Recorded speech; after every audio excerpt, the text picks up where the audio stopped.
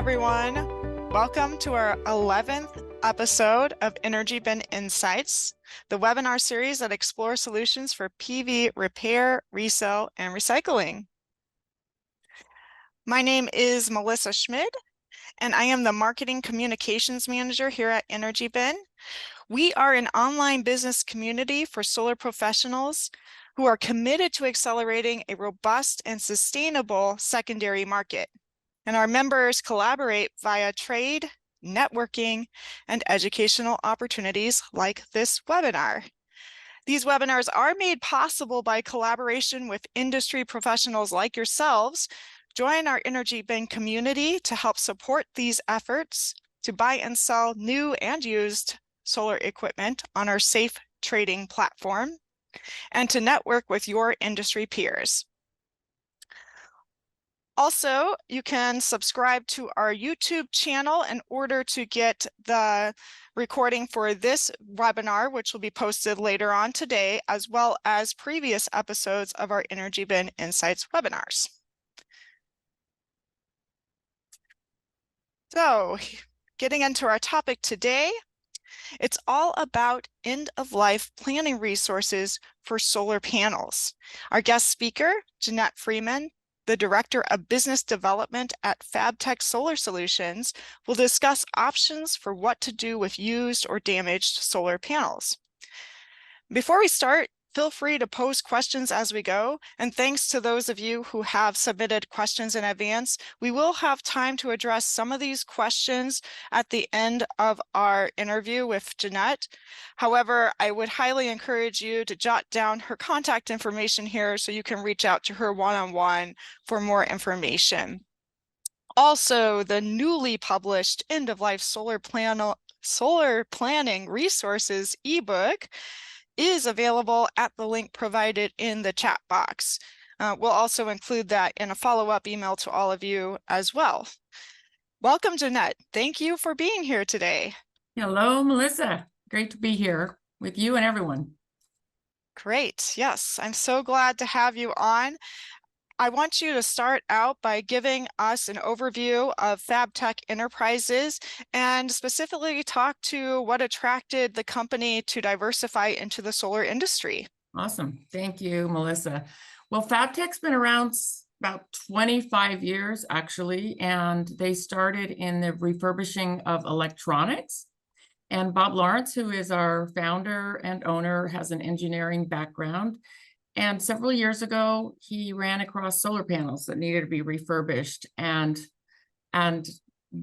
over the last basically 7-8 years, that's all we do is refurbishing, reselling solar panels, and also in recycling as well. So, excellent. Yeah. So what about your role at the company and what motivates you to tackle your daily work? Well, I am the Director of Business Development, which means I am looking for solar panels. I'm looking for solutions. And the fact is that I've always been purpose-driven. And so I get excited about working towards climate change solutions in this little niche, doing my little part to be able to solve some of these issues, diverting older solar panels from landfills, making sure they're getting recycled properly. And then also by providing low-cost solar products for every budget through reuse. So that's excellent. It makes me happy to go to work in the morning and feel like I'm doing something. Yeah, we each have our little part to play, right? I know. And that only we as unique individuals in this world can fulfill. So thank you for fulfilling your purpose and being the best version of yourself. Now, in your new ebook, End-of-Life Solar Planning Resources, which again for our listeners is available, the link is available in the chat box, you reference a growing problem. Isn't solar energy supposed to be our best friend in reducing our carbon footprint? And tell us, what is the growing problem and what is at the heart of the issue? So first of all, yes, what's happening in solar is very exciting and it is our best friend. But we must remember that with every emerging market, there are issues on the back end to solve, and that's what we're doing. growing problem really is that there's an estimated 78 million tons of solar waste that's going to be generated by 2050. But what's really unfolding now is that's certainly an undercount, because over the last decade, with falling prices, improved efficiency in the newer models, there's a strong incentive to replace solar panels much earlier than their intended lifespan. So I've even heard by one estimate, those upgrades that could lead to 50 times more waste than's been predicted. So basically, the heart of this issue is that the solar panel reuse, recycling programs are really not prepared to handle that rising influx of panels. Thousands of panels are headed toward the landfill, but we must continue to work on a circular economy. What does that mean in solar? Basically, that solar panels, that we want to use repurposing solutions until they're literally at their end of life. And then when they are, seeing that they are recycled properly, allowing those recycled materials to be made into other things, because we just cannot mine raw materials indefinitely. So solar panel end of life has challenges, but there are many people, many companies that are working on these solutions. And I have every faith we will. And many companies are choosing now to recycle and reuse versus landfilling, and that's very encouraging to me. Yes, I think everyone on this show today is very committed to that circular economy and doing what each of us can do for reuse and recycling. And FabTech is one of those companies who is leading the way and specifically supporting large-scale decommissioning projects. And let's take us to the field now, Janette. What is the condition of the used solar panels that you see coming offline? And are all these decommissioned panels at their end of life? No, not really at all. I would say 85 to 90% of decommissioned panels are not at their end of their life. They're not broken. They're usually being replaced for higher efficient modules.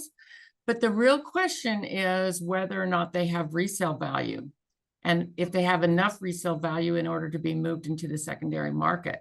For example, they could be very low wattage panels and not have enough value to cover the cost of transportation, and handling, marketing, and reselling them. So there's going to need to be more outlets for secondary panels, and especially, I believe, for those lower wattage panels, probably international emerging markets.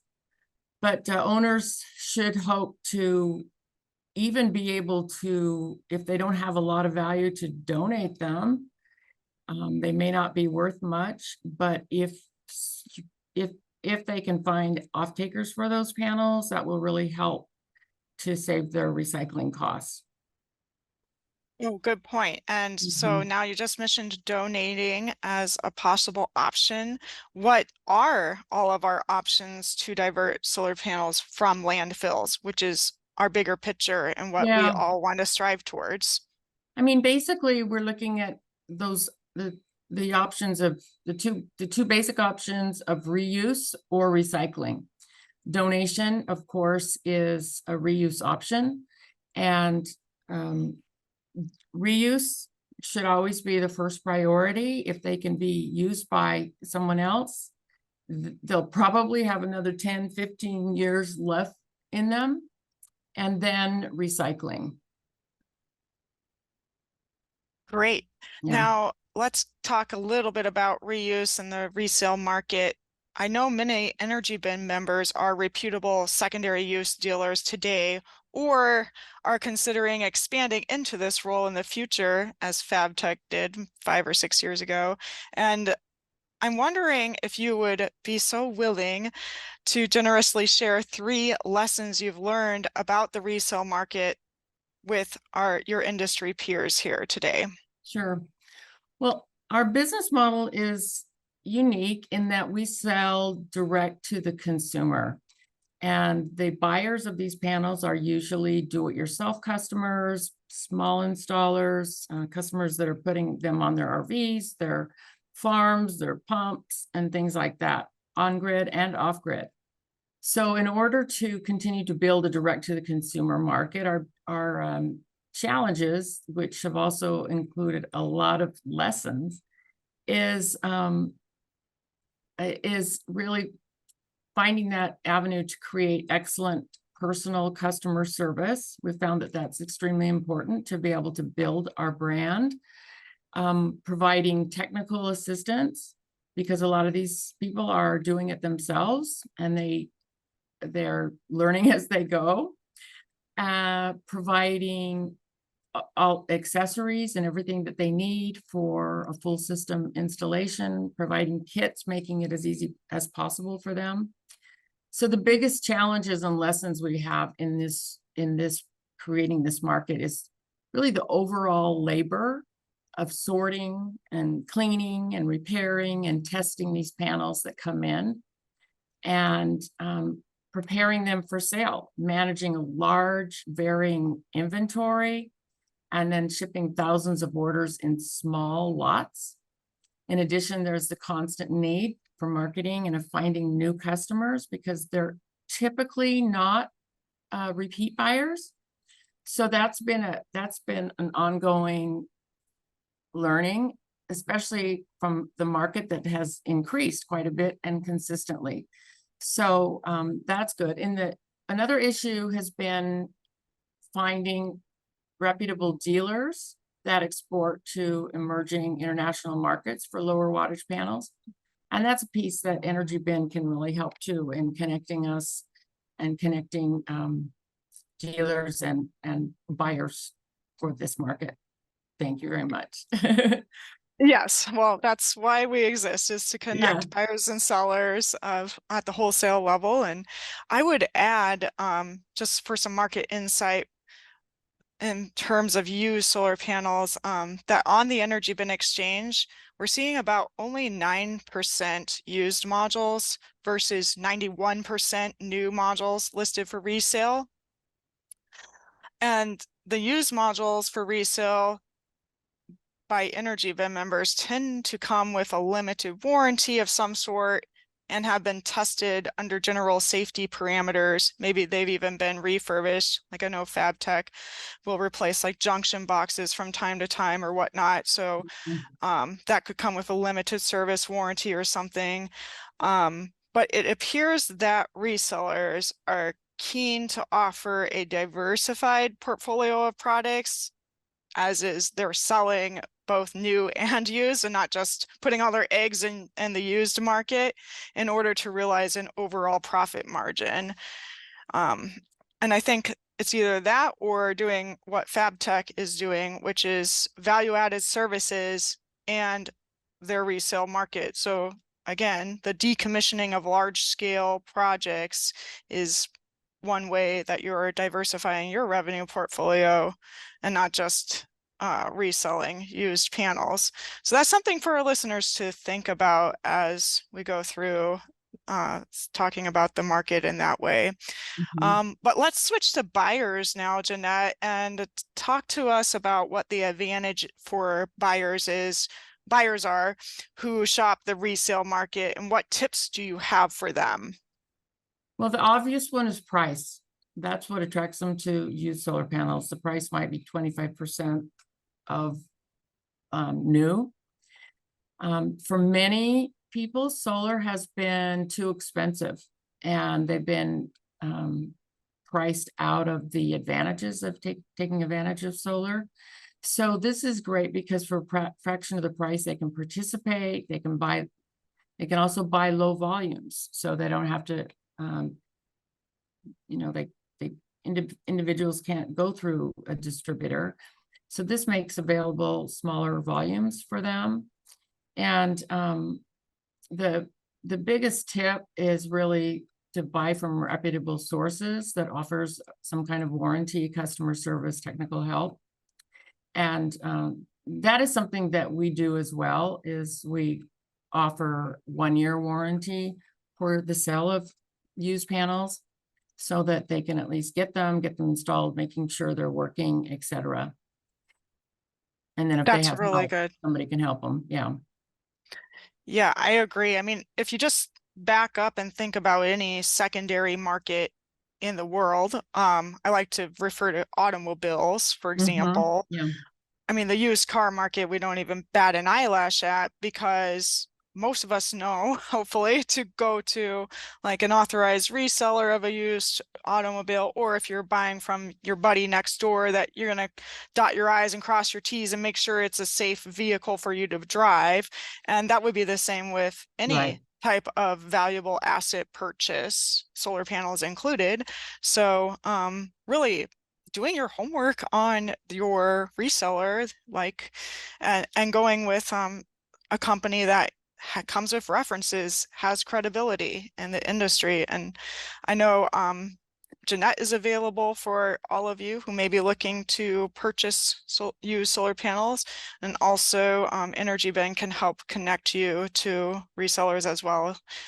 Especially if Janette, for some reason, doesn't have what you need, then we'll help you find that replacement part or whatever you're looking for through our network. Right. I Uh, think that in the whole larger scale, what we're seeing is the need for replacement panels because they yes, can't get the original placement panels. And so it's worth a shout to see if that's something that's passing through our inventory at any particular time. definitely. I agree too. Mhm. Now, let's see. Today, the solar panel recycling sector is complex and expensive. You mentioned this earlier. Why is that? And what advice do you have for our audience to effectively navigate the recycling process? So solar panels are meant to be sturdy. They're meant to withstand the elements, and they are made up of different materials that have to be processed separately. So such as aluminum, and then glass, and then the back sheet, and silicone, the precious metals that are in the solar cell itself, copper, lead, silver. So the challenge is the separation process and then processing each material separately. So that makes it more expensive to separate and process than the actual value of the materials that are pulled out of that. So that's been the challenge, is the expense of recycling, and that's why it's been so expensive. I anticipate that as there are more recyclers in the market and there's more scale and more people are choosing to recycle like anything else, that will start to drive down those costs. But it's important that we keep scaling on that through people's choices and budgeting for recycling. So it's not easy, and that's one of the reasons I wrote that ebook, just to kind of help companies to understand the end of life market and what some options are. So to navigate this recycling process, the first thing is really you want to do your due diligence to use a recycler that recycles the whole solar panel. Many recyclers now will say they take solar panels and then they simply strip off the aluminum frame and get the value out of that and then landfill the rest of the panel. So you want to make sure that your company that you're checking into does not do that. They do cost less, but you are opening yourself up to possible risk in the future, and it's a waste of the precious materials because, as I mentioned, we can't mine raw materials indefinitely. Then it's fairly easy to check that they have some appropriate R2 or E-Stewards accreditation, in addition to complying with EPA permitting requirements. SEIA has done a wonderful job of screening and listing SEIA approved recyclers. And then also another important thing is to keep in mind transportation costs really add up. You want to get shipping costs in your quotes. And you want to be able to ship to the closest recycling destination. So that's one of the things that we have set up throughout the country are approved recyclers that we partner with so that we can ship them to the closest location. That's great, Janette. And just for our listeners, SEIA stands for Solar Energy Industries Association, and you can find their website at SEIA.org. And then also just for our listeners, we're closely in communications with Siri, who is working as we speak to develop international standards for the reuse and recycling of solar panels, which will be added to their R2 V3 certification. And hopefully we'll have a Siri speaker on this webinar series in the near future. So more on that to come in the and if anyone else has anything to add for our listeners, feel free to drop it in the chat box. But let's move on now to that third option that you mentioned for landfill diversion, which was to donate used solar panels that are in good condition. We're not donating solar waste here. They Right. have to be functioning. They have to be safe to use. Tell us more about this option. And do you have a story to share about how FabTech donated panels for a worthy cause? Yes, sure. And you mentioned something really important. These panels do need to be functional and they do need to be working. They need to be desirable because the cost of even shipping to other countries is quite high. So we don't want to create more problems. But we have partnered with Brighton, Haiti, and they have programs to really, they've got solar apprenticeship. So they're really training people down in Haiti to be able to install solar panels, which is very, very important. Haiti has over 70% of their population without power. And that's crazy. I mean, it's really hard. So they have worked to get solar in schools by providing lighting and helping to provide fans to help deal with the heat. So I've been excited to do that. We're always looking for other legitimate donation sources that can handle the logistics of getting them into places and have the contacts in these other countries so that the panels actually get to where they're supposed to be getting. We've also donated to low-income areas in the US to help with some housing projects. And also my favorite, even though it's not that many panels, is we've donated to some art projects that are creating solar panel art to help promote the solar circular economy. So that's always fun. That's so cool. We want to see some of those art pieces. There was Either some beautiful ones at the RE Plus show. I was excited that they were doing that. I could see solar panel art in the lobbies of renewable companies everywhere. I thought that would be very cool. There you go. Any of you listeners who have a creative vibe in you, you can take your old solar panels and have a fun day at work and create something beautiful. I would also mention that EnergyBin works with two reputable nonprofit organizations who take donations as well, Good Sun and Twindy Solar, and you can learn more on energybin.com/donations. Whether a company is reselling, donating, or recycling used solar panels, there are specific palletizing guidelines you recommend. Would you explain what these guidelines are? Sure. Yeah, that is important. Palletizing and packaging, especially if they can go into the reuse market, we don't want to have additional damage. So, and if it's going to the recycler, it's much better to stack them higher and double stack and really maximize the freight. Basically, they need to be stacked on sturdy pallets that aren't going to crumble under their weight. They need pallets that are near the same size as the panels is important. 25 to 30 modules high, stacked and banded both ways, both vertically and horizontally, so that they're not going to slide. And shrink wrapping is even better. That helps it helps to make sure that they transported safely. So it's important budgetary concern and labor point to be able to make sure that you know that they need to be palletized. And especially broken panels. Well, I know I've talked to a lot of customers that just want to throw them in bins and get them picked up, but right now us recyclers can't receive them in bins. They've got to be palletized. A long time ago, I worked in a shipping and receiving warehouse, and I thought the shrink wrapping part was the most fun. So maybe Yeah. that's something people will remember, just that this is a valuable asset, so you need to take care to pack it well and not just Yeah. like you may be sitting there thinking, oh, this is just junk. I want to get it out of here as fast as I can.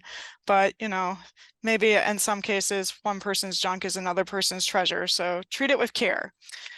What can companies do today, Janette, even if they aren't currently dealing with used solar panels, to join in the commitment to reuse and recycle?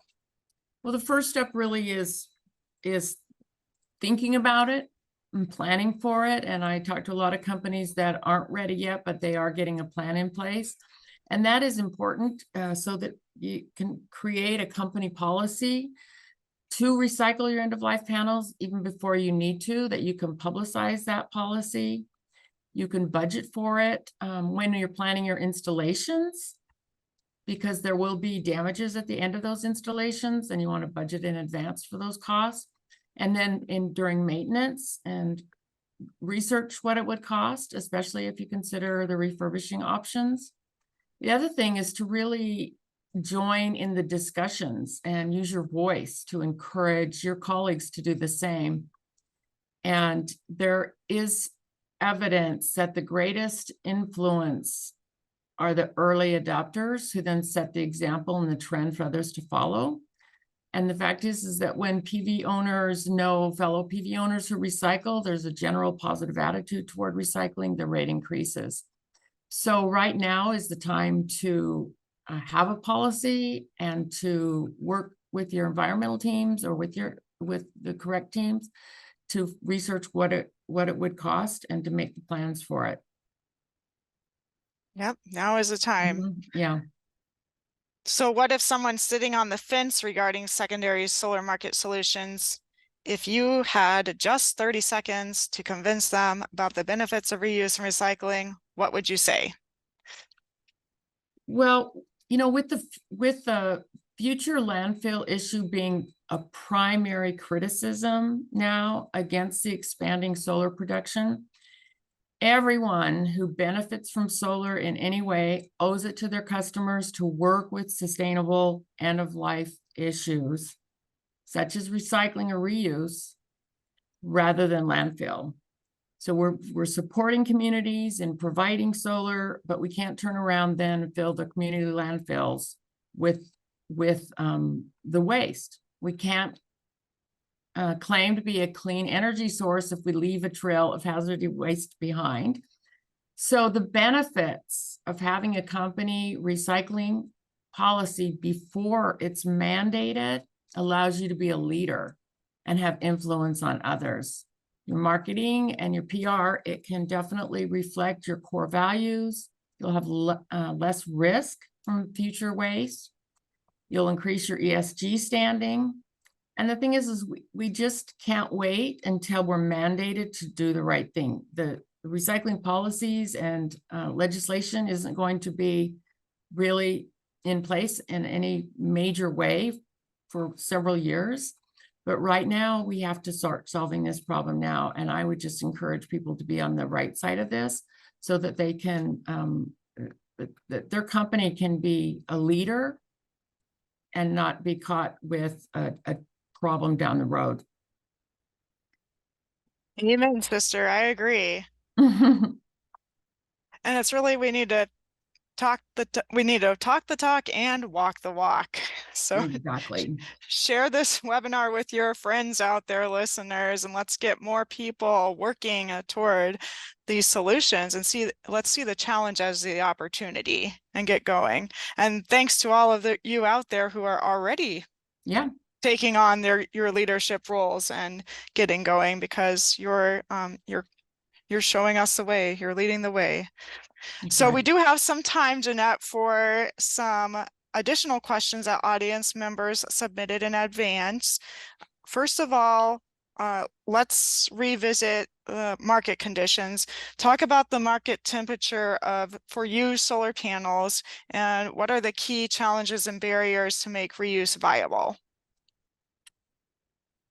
Well, from my experience, just in the last year, what we've really been seeing is a a much larger supply of lower wattage panels, like 235, 245, 250.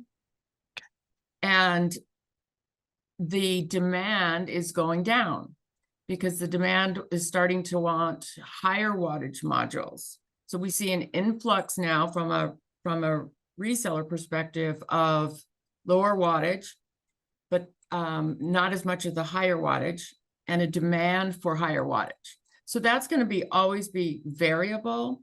So what I see is we need to continue to grow, finding those customers that can benefit from those low wattage panels.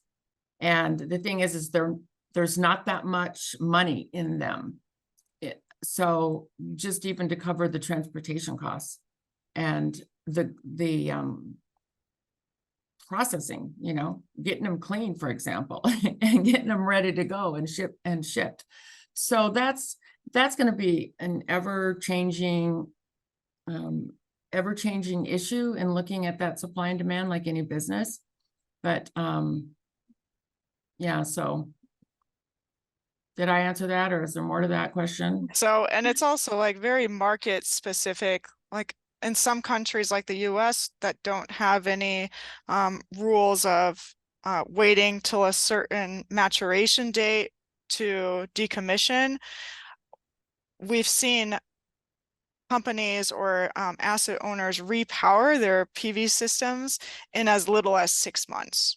That's crazy, right? Like, Really? or 1 to 5 years. So Yeah. when you see like something like 450-watt panels that are like, oh, these were commissioned for like 2 years, come offline, obviously those are going to have a higher resale value than a 230-watt panel that's been in operation for 10 or 15 years.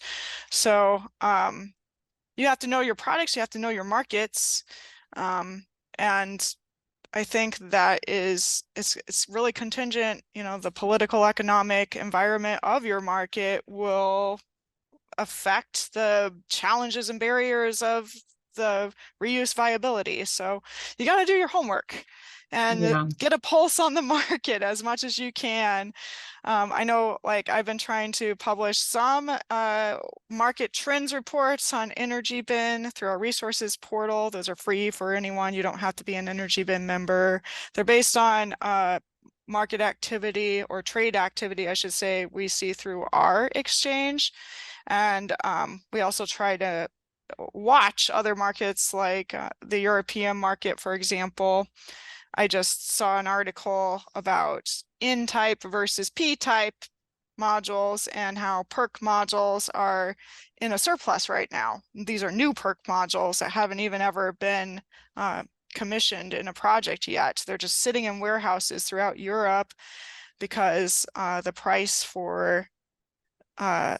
is continuing to drop so low for N-type modules that now it's like modules that were purchased earlier this year are now not as viable as the latest and greatest technology today. So it is kind of a concern, and that's a whole nother webinar discussion on supply chain and supply versus demand issues throughout the world.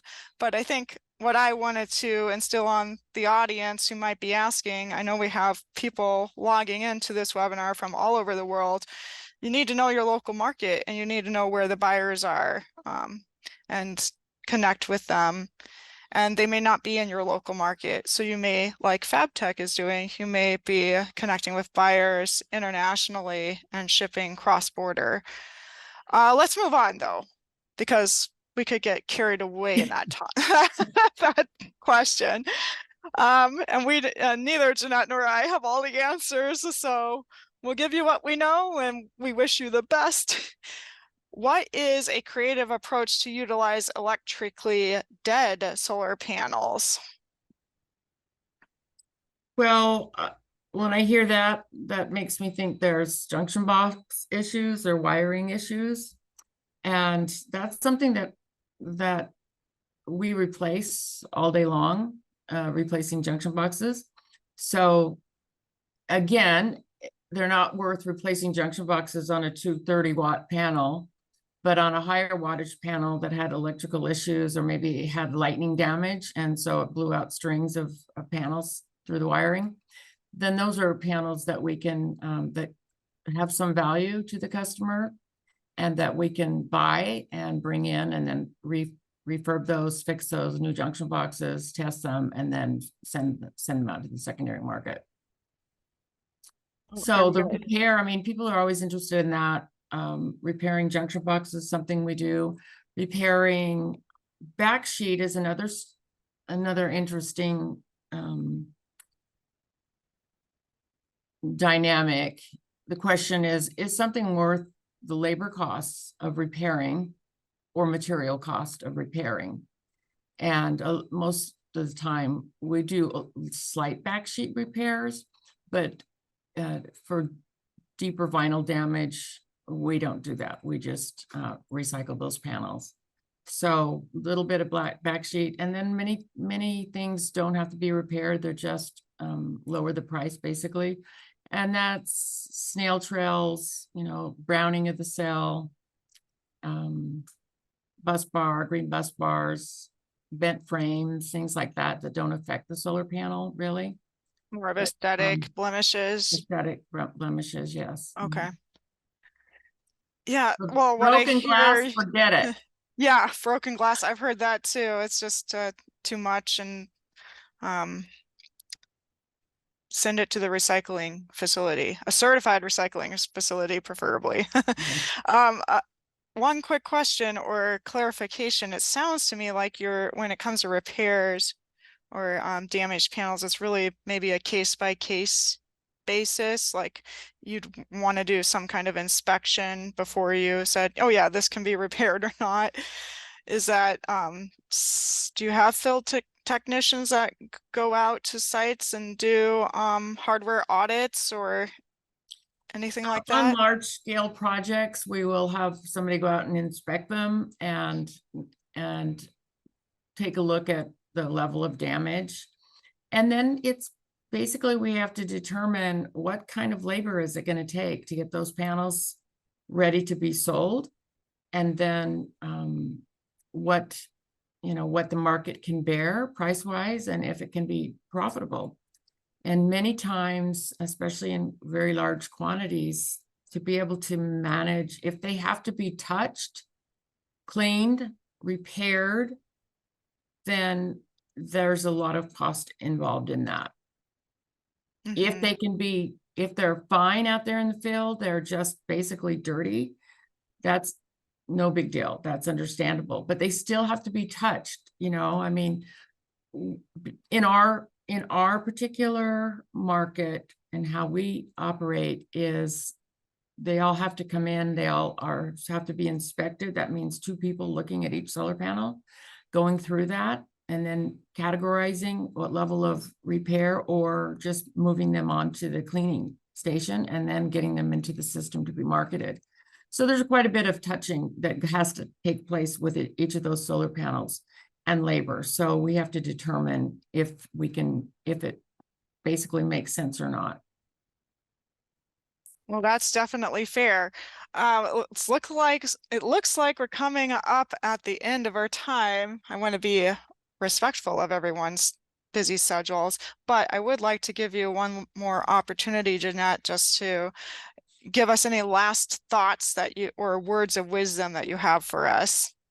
Well, I would say that every single person that is in this industry, I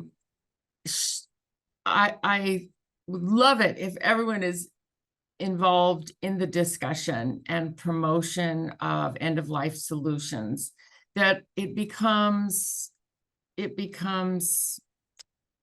an unthinkable choice to put thousands of solar panels in the landfill. And the more that companies make the commitment to recycling, the more we're going to grow the resources, because it will take scale to continue to build that, which will begin to bring the prices down and make it more affordable.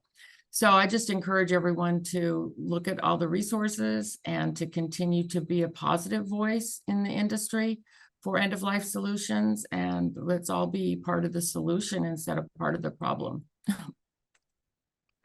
Said. Now, I know that many of you have other questions, and again, I would really encourage you to reach out directly to Janette, jfreeman@fabtech.net. And or if we'll send out a follow-up email as well, so you'll have that contact info. And I want to thank you, Janette, for sharing about how your company and other companies can responsibly plan for solar panel reuse and recycling efforts today. It's such a relief and refreshing, so refreshing to hear from you. And you're not giving away your trade secrets, obviously, but you're giving us some insights that we can really take on and chew on. And I think what all of our listeners should be really encouraged to realize is you can start today. You don't need to wait for the government to tell you to start.